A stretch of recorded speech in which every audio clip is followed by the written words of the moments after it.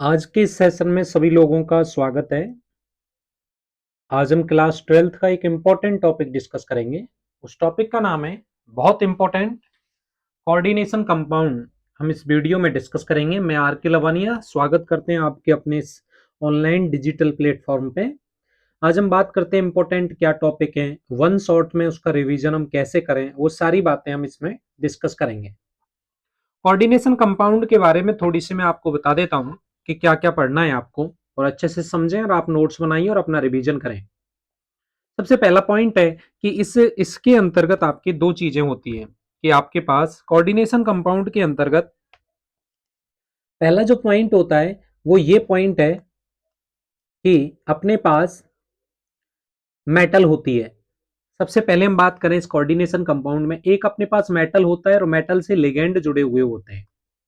ये चीज होती है। ये जो M4 होता है ना, जो ये एम वर्ड होता है, ये एम वर्ड आपका मेटल का आता है, और जो एल वर्ड आता है ना, वो एल वर्ड आता है आपका लिगेंड का। तो ध्यान से सुने आप। कोऑर्डिनेशन कंपाउंड के बारे में बात करेंगे। इसमें क्या होता है, आपके पास मेटल को लिगेंड जो होते हैं वो अपने इलेक्ट्रॉन देते हैं और एक बॉन्ड बनाते हैं। उस बॉन्ड का नाम ही ऐसे लिगेंड, अभी आप आगे भी पढ़ोगे, उनको हम बोलते हैं सिग्मा डोनर। जब मेटल को देते हैं तो ये एक कॉम्प्लेक्स सा बन जाता है। इसको हम रिप्रेजेंट करने का ML6 हम बोलते हैं। मेटल होती है ये, और ये आपके पास लिगेंड होती है, और ये लिगेंड की वैलेंसी होती है। इस चीज को हम कोऑर्डिनेशन केमिस्ट्री के अंतर्गत संकुल कहते हैं।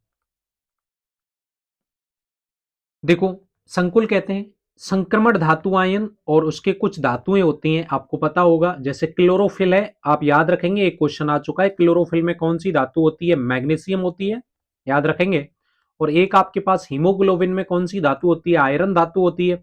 और विटामिन B12 में भी कौन सी धातु होती है आपके पास? कोबाल्ट मेटल होती है। देखो, उपयोग क्या होते हैं कोऑर्डिनेशन केमिस्ट्री का? वस्त्रों में, है ना, औद्योगिक उत्प्रेरकों में, औषधि रसायन में भी इनका यूज किया जाता है। हम बात करते हैं फादर ऑफ कोऑर्डिनेशन केमिस्ट्री, और जिसका नाम है वर्नर। तो वर्नर ने बहुत सारे तत्व बनाए थे, आप जानते हो। वर्नर के बारे में अगर हम बात करें तो उसने दो प्रकार की वैलेंसी हमको बताई थी। एक तो उसने बताई थी कि भाई प्राइमरी वैलेंसी होती है, और एक उसने बताई थी कौन सी वैलेंसी होती है? सेकेंडरी वैलेंसी होती है। तो पीछे की कहानी क्या है कि द्विअंगी यौगिक है, जैसे हमारे पास ये Cr+3 है, 3Cl है, ठीक है। CaCl2 में 2 प्लस होगा, 2Cl हो गया। PdCl2 के अंतर्गत क्या हो गया? Pd+2 होगा, 2Cl है। तो इस प्रकार कुछ आयनन हमको देखने को मिलता है। नॉर्मली हमने देखा है कि भाई अगर हम CrCl3 को ब्रेक करेंगे तो ये टूट जाएगा आपके पास किसमें? Cr+3 में, और प्लस चेंज हो जाएगा किसमें? 3Cl- में। इसी प्रकार आपके पास COCl2 आपका चेंज होगा किसमें? CO+2 में, और ये आपके 2Cl- में चेंज हो जाएगा। तो हम बात करते हैं कि प्राइमरी वैलेंसी क्या होती है। प्राइमरी वैलेंसी आप ध्यान रखेंगे, ये आयनिक वैलेंसी होती है और ऑक्सीकरण अवस्थाएं प्रदर्शित करती है, वही उसकी होती है। और द्विअंगी यौगिकों में आयनन होने पर धातु से अलग होने वाले रेडाइनों की जो संख्या होती है, वही आपकी कौन सी वैलेंसी होती है? 1 डिग्री वैलेंसी के रूप में प्रदर्शित करते हैं। तो इसकी प्राइमरी वैलेंसी कितनी हो गई? 3 हो गई। इसकी प्राइमरी वैलेंसी 2 हो गई। इसकी प्राइमरी वैलेंसी कितनी हो गई? 2। अब हम बात करते हैं द्वितीयक संयोजकता के रूप में। द्वितीयक संयोजकता देखो, द्वितीयक संयोजकता अनआयनित होती है। जैसे कोबाल्ट अमोनिया के साथ बने विभिन्न यौगिकों की संरचना से हमें अध्ययन होगा। देखो ध्यान से, ये हमारे पास तीन कंपाउंड हमने ले रखे हैं, COCl3 6 अमोनिया, और यदि हमने 3AgNO3 डाल दिए तो कितने मोल बने? 2 मोल बने। अगर हमने इससे पीला लिया, ये पर्पल वाला कलर होता है, इसमें भी 3 माले, तो हमें कितने मिले? यहां से 2 मिले। अब ध्यान से सुनना, यहां हमने 3 डाले तो यहां 1 मिलता है, और यहां हमने 3 डाले तो हमें 1 मिलता है। तो ये कंपाउंड हमें मिलते हैं। तो ये सारे कंपाउंड में हमने जब इसमें 3 मोल डाले, इसमें हमने 3 मोल डाले, और इसके अंतर्गत की हमें 3 मोल डाले, तो क्या होना चाहिए था? सेम मिलना चाहिए, लेकिन अलग अलग। ऐसा क्यों होता है? तो ध्यान से सुने। जब COCl3, देखो मैं आपको समझा दूं, COCl3.6 अमोनिया आपस में, यदि मैं इसके अंतर्गत AgNO3 डालता हूं, तो AgNO3 डालने पर जो कॉम्प्लेक्स बनता है वो CO अमोनिया का होल 6 बनता है, और ये बनता है क्या? Cl3। तो यहाँ 3 है ना, ये 3 आयन मिल रहे हैं। और अगर मैंने इसके अंतर्गत AgCl डाला तो कितने मोल अवक्षेप हमें मिल जाएगा? यहाँ पे 3 मोल अवक्षेप हमको मिल जाएगा। यहां बनाते हैं तो 2Cl आते हैं तो 2 मोल मिलेगा, यहां 1 आता है तो 1 मिलेगा, और यहां 1 आता है तो 1 मिलेगा। अंतिम 2 संकुलों के रंग अलग अलग हैं क्योंकि ये दोनों एक दूसरे के क्या होते हैं, समावयवी। ये पॉइंट इंपॉर्टेंट होता है।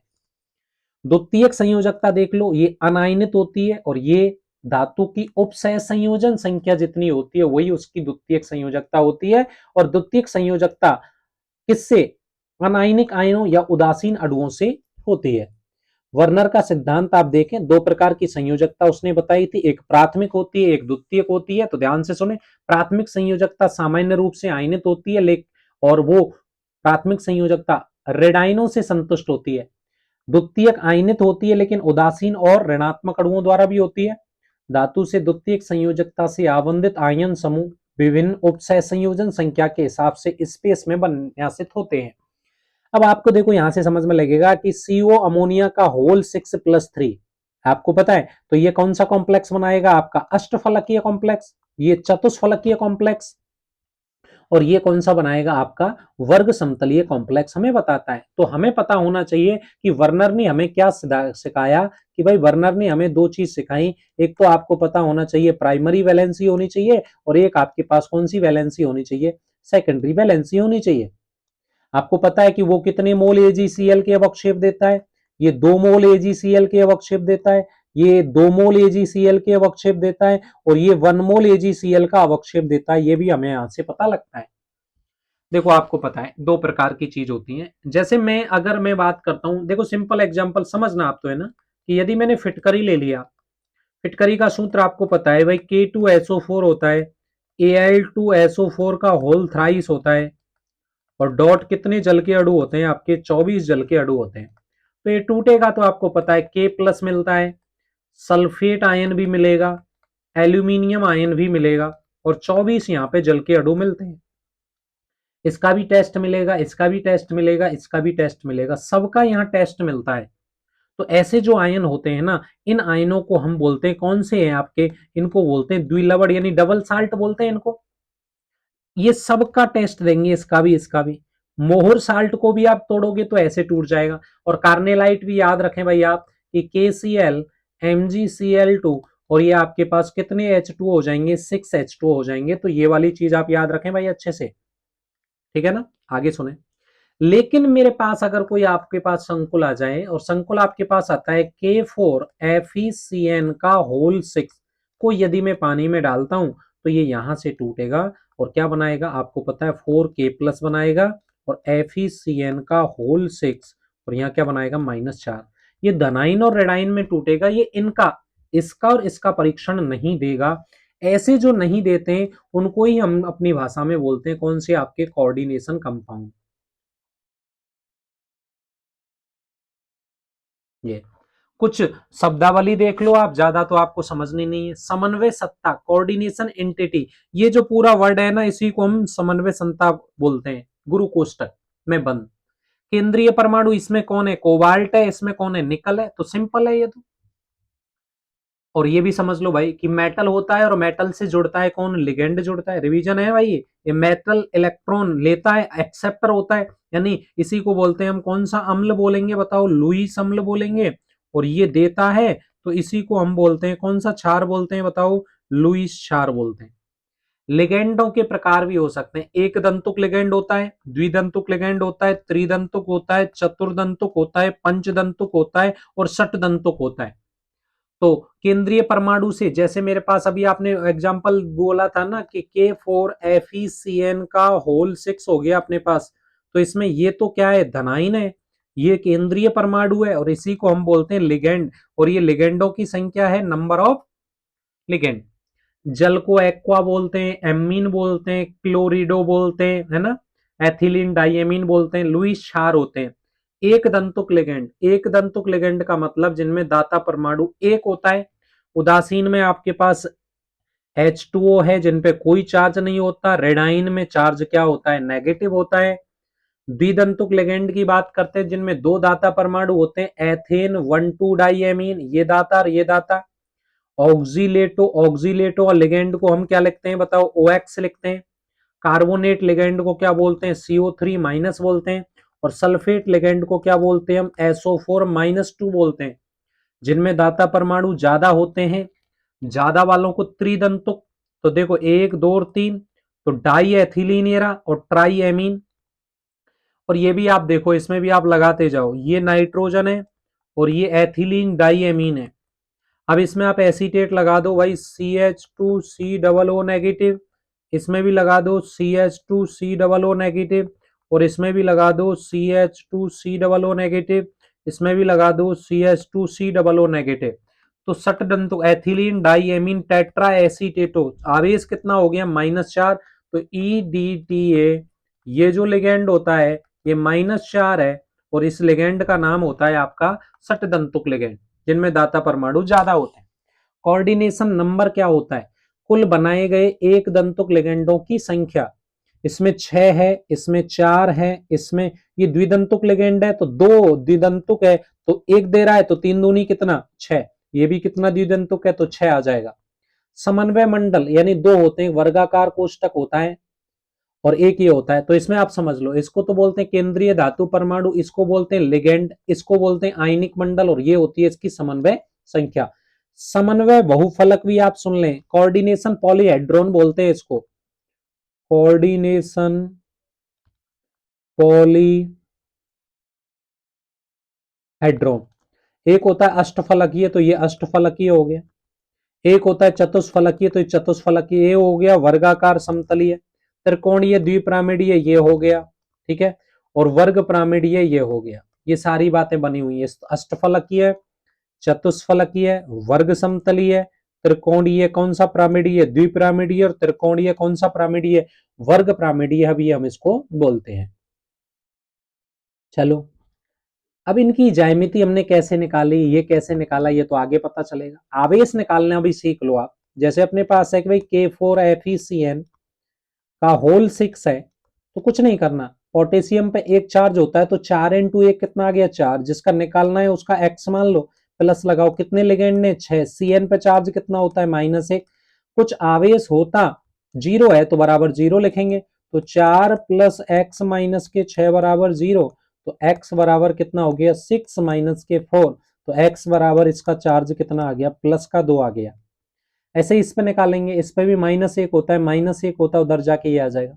ये क्वेश्चन आ चुका है भाई आरबीएससी बोर्ड के अंतर्गत, आरबीएससी बोर्ड में आ चुका है ये वाला क्वेश्चन की होमोलेप्टिक, होमो का मतलब होता है समान, यदि केंद्रीय धातु परमाणु से जुड़े हुए सारे लिगेंड सेम है तो होमोलेप्टिक बोल दो, और अगर सारे लिगेंड अलग अलग हैं तो उसको हेट्रोलेप्टिक संकुल बोलेंगे, यानी कि उसको बोलते हैं हेट्रोलेप्टिक संकुल, यानी ये क्या हो जाएगा प्लस, तो इसी को नाम होता है कौन सा लेप्टिक, आपका हेट्रोलेप्टिक, और दोनों लिगेंड समान है तो इसको बोलते हैं होमोलेप्टिक, ठीक है ना।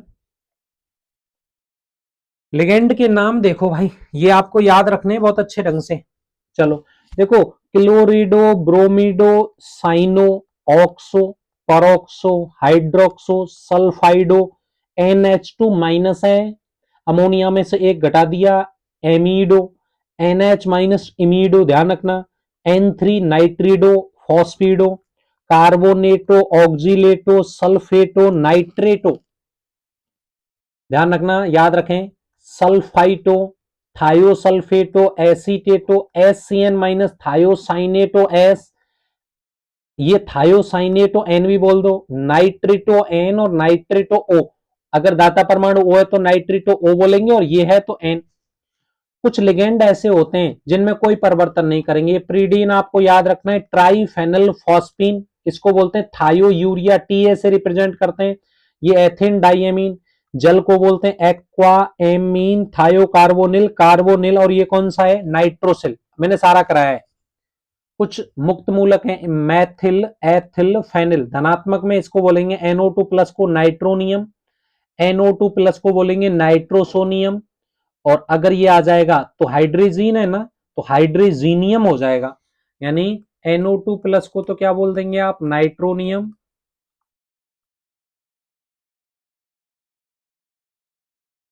NO प्लस को आप क्या बोलेंगे नाइट्रोसोनियम,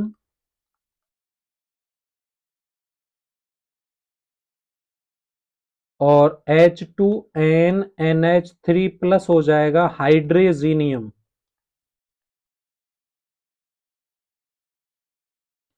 देखो नाम लिखना है, देखो भाई इसमें तो ये नियम दे रखे हैं, वो नियम हम छोड़ेंगे, हमें तो नाम लिखना है सबसे पहले।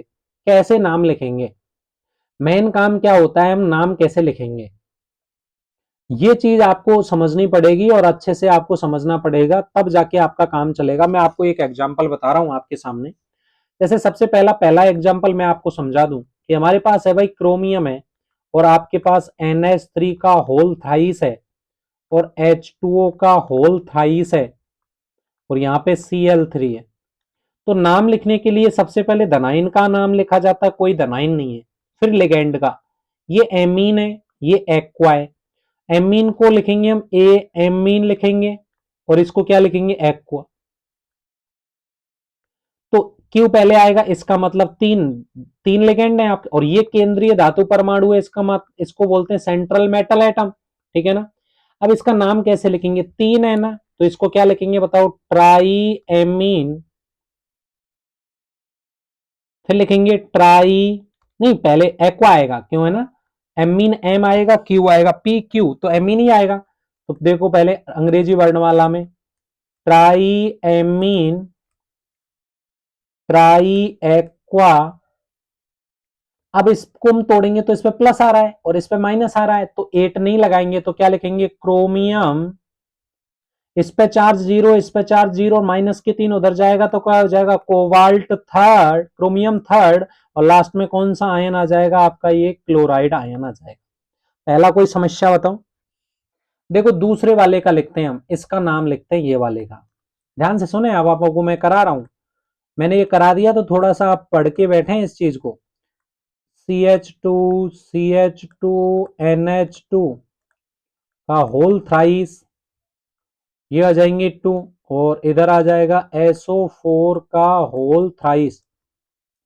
लिगेंड ये एथेन डाइएमीन, और एथेन डाइएमीन कितने हैं आपके पास, 3 है। एथेन डाइएमीन कितने हैं आपके पास, 3 है। ये तो हमने बैलेंस करके अलग कर लिया है ना।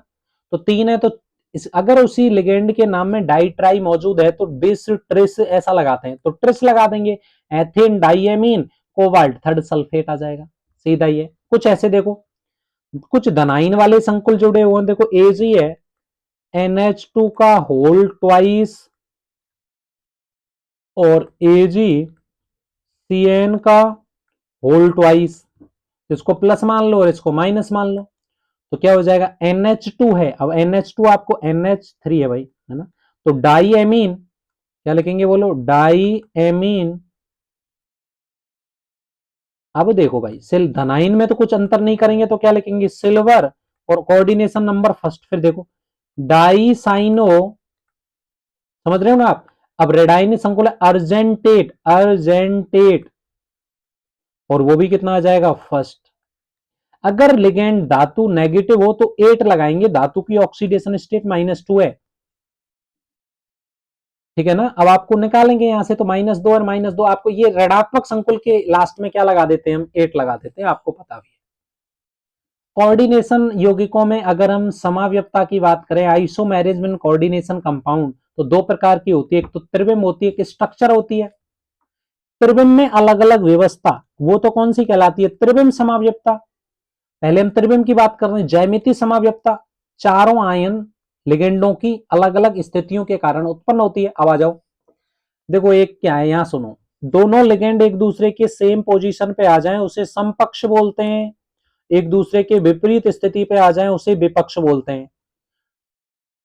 चार वाले केवल वर्गाकार समतलीय ही ज्यामितीय समाव्यपता दर्शाते हैं, चतुष्फलकीय नहीं दर्शाते। आ जाओ, दोनों लिगेंड सेम साइड आ जाएं समपक्ष, और दोनों लिगेंड एक दूसरे के विपरीत साइड आ जाएं विपक्ष कहलाते हैं। जब तीनों लिगेंड अलग अलग हो तो एक को फिक्स कर लो, बाकी को चेंज कर दो। ये फिक्स कर दिया, ये आ गया, फिर इसको यहां चेंज कर दिया, फिर आ गया, और उसके बाद वापस से कौन आ जाएगा, NO2 आ जाएगा। एक को फिक्स करो, बाकी को चेंज करो, एक को फिक्स करो, बाकी को चेंज करो, इसको इसको यहां भेज दो, इसको यहां भेज दो, एक को फिक्स कर दो, बाकी को चेंज कर दो। अष्टफलकीय में भी देखो, दो है, एक समपक्ष, दोनों लिगेंड एक दूसरे के सेम पोजीशन पे आ जाएं तो समपक्ष कहलाएंगे, एक दूसरे के विपरीत पोजीशन पे आ जाएं तो विपक्ष कहलाएंगे। ए का मतलब सेम, एथिलीन आ सकता है, ऑक्जिलेटो आ सकता है, तो यहाँ ये कौन सा लिगेंड है, द्विदंतुक लिगेंड है। तो देखो दोनों एक दूसरे के सेम साइड समपक्ष आएंगे, दोनों एक दूसरे के विपरीत साइड में विपक्ष आएंगे। ये भी देखो, ये तीनों लिगेंड एक फेस में आ जाएं, ये वाला देखो ये फेस दिख रहा है तो उसको बोलते हैं फेसियल, और अगर इनमें से किसी एक को चेंज कर दें तो वो क्या हो जाता है, रेखांशिल कहलाता है। ठीक है, मर। ऑप्टिकल आइसोमेरिज्म क्या होते हैं, जिनके दर्पण प्रतिबिंब एक दूसरे पर अध्यारोपित नहीं होते, ध्रुवण समावयवी या कायरल कहलाते हैं। इनको प्रतिबिंब रूप करते हैं। जो समतल ध्रुवित प्रकाश को दाईं ओर जो घुमाता है उसे दक्षिण बोलते हैं, और बाईं ओर जो घुमाता है उसको वाम बोलते हैं। कोऑर्डिनेशन नंबर 6 में देखो, ये हमने देखा प्रकाश में देखेंगे तो ये एज इट इज रहेगा, एक इसको डी में घुमाएगा और दूसरा किस में घुमाएगा, एल में घुमाएगा। ऐसे यहाँ पे देखो इसको देखेंगे तो ये वाली चीज इधर आ जाएगी, तो ये ए क्या हो जाएगा, ये डी कहलाएगा, ये वाला डी कहलाएगा, और ये वाला रूप कौन सा कहलाएगा, एल कहलाएगा।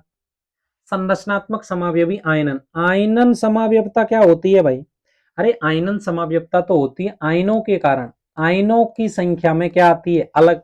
देखो यहाँ अलग है और यहाँ अलग आयन है, तो एक दूसरे के कौन से समावयवी है, आयनन। विलायी की ओजन पहचान लेना, जल के अणु अलग होंगे, यहाँ 5 है, ये अलग अलग हो रहे हैं कि नहीं हो रहे जल के अणु, उसको बोलते हैं विलायी की ओजन समावयवता।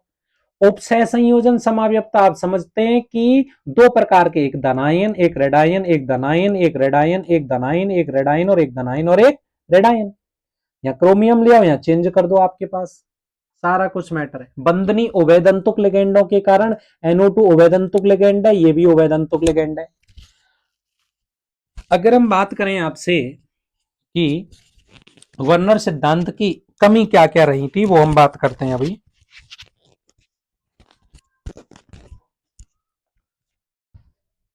संकुल यौगिक बनाने के केवल कुछ ही तत्वों में होती है, दिशात्मकता के बारे में नहीं होता, और वो उनके मैग्नेटिक प्रॉपर्टी या ज्यामिति व ध्रुवण समावयवता की भी व्याख्या नहीं करता। बात करते हैं हम उपसह संयोजन यौगिकों का आवंद सिद्धांत। अब ये भी कुछ नहीं है, कुछ नहीं करना, अगर अयुग्मित इलेक्ट्रॉन है तो उसे अनुचुंबकीय कह देना, और अगर सारे इलेक्ट्रॉन युग्मित हैं तो प्रतिचुंबकीय कह देना। अगर संकरण में n-1d भाग ले तो अंदर वाले लेंगे, यानी इनर ऑर्बिटल कॉम्प्लेक्स, और यदि संकरण में ns, np और nd भाग ले तो इसे आउटर ऑर्बिटल कॉम्प्लेक्स के नाम से हम जानते हैं। तो अभी हमें क्वेश्चन से समझ में आ जाएगा, कुछ भी नहीं करना। पहला ये इंपॉर्टेंट चीज समझ लो भाई, वैलेंस बॉन्ड थ्योरी का, संयोजकता बंध सिद्धांत की बात कर रहे हैं हम। ऑक्सीडेशन स्टेट ये रहा, इलेक्ट्रॉनिक विन्यास 2 कम कर दिया तो क्या हो गया 3d8। अब सुनो, अभी तो हमें पता नहीं था, खैर 5 भरे आपने, 1 2 3 4 5 6 7 8 आ गए। अब क्या होगा, अब हमें क्या है कि क्योंकि हमें तो पता लग गया ना कि भाई CN कौन सा लिगेंड, मान लो एक और चीज, अगर लिगेंड प्रबल है तो आप पेयरिंग करा देना, और यदि लिगेंड दुर्बल है तो आप पेयरिंग मत कराना। इसका मतलब क्या हुआ कि इसकी पेयरिंग करा दें हम तो ये खाली हो जाएगा, 1 2 3 4, इसका मतलब संकरण इसका क्या हो जाएगा बताओ, DsP2 हो जाएगा। युग्मित इलेक्ट्रॉन नहीं है, इसका मतलब ये कौन सा चुंबकीय हो जाएगा, सारे पेयर्ड हैं तो प्रतिचुंबकीय कहलाएगा। बोलो समझ में आई। और ज्यामिति में कौन कौन से भाग ले रहे हैं, एक डी का भाग ले रहा है और एक एस का, एक पी का, तो कौन सा संकरण हो जाएगा, sp3d2। इसमें देखो 3d9 है, 3d8 है, लेकिन ये संकुल कौन सा है, ये संकुल आपका ये प्रबल लिगेंड नहीं दुर्बल लिगेंड है, तो युग्मन नहीं होगा। युग्मन नहीं होगा तो संकरण में कौन भाग लेंगे, बाहर वाले भाग लेंगे, बाहर वाले में संकरण क्या कहलाएगा, sp3। 6 में देखो, अमोनिया तो प्रबल लिगेंड है, इसका युग्मन होगा, इसका मतलब आपके Cr+3 में कितने, एक यहाँ आएगा एक यहाँ आएगा, तो अंदर वाले भाग लेंगे, और अंदर वाले भाग लेंगे तो हाइब्रिडाइजेशन कौन सा होगा, D2sp3 होगा भाई। और अंदर वालों को इनर ऑर्बिटल कॉम्प्लेक्स कहते हैं। और अगर पेयरिंग हो गई तो स्पिन कम हो जाएगा, उनको हम बोलते हैं निम्न चक्रण संकुल। ये दुर्बल लिगेंड है, पेयरिंग नहीं होगी, बाहर वाले भाग लेंगे, बाहर वाले भाग लेंगे तो हाइब्रिडाइजेशन sp3d2 होगा, और sp3d2 होगा, उच्च चक्रण मिलेंगे, MnCn युग्मन होगा, युग्मन होगा। तो आपको पता है यहां से देखो, आपके पास CN एक प्रबल लिगेंड है, प्रबल लिगेंड है तो युग्मन करा दो, इसका यहां हो जाएगा, एक से ही काम चल जाएगा अपना। 2D के भाग लेंगे और 3 ये अलग हो गए तो sp3d2।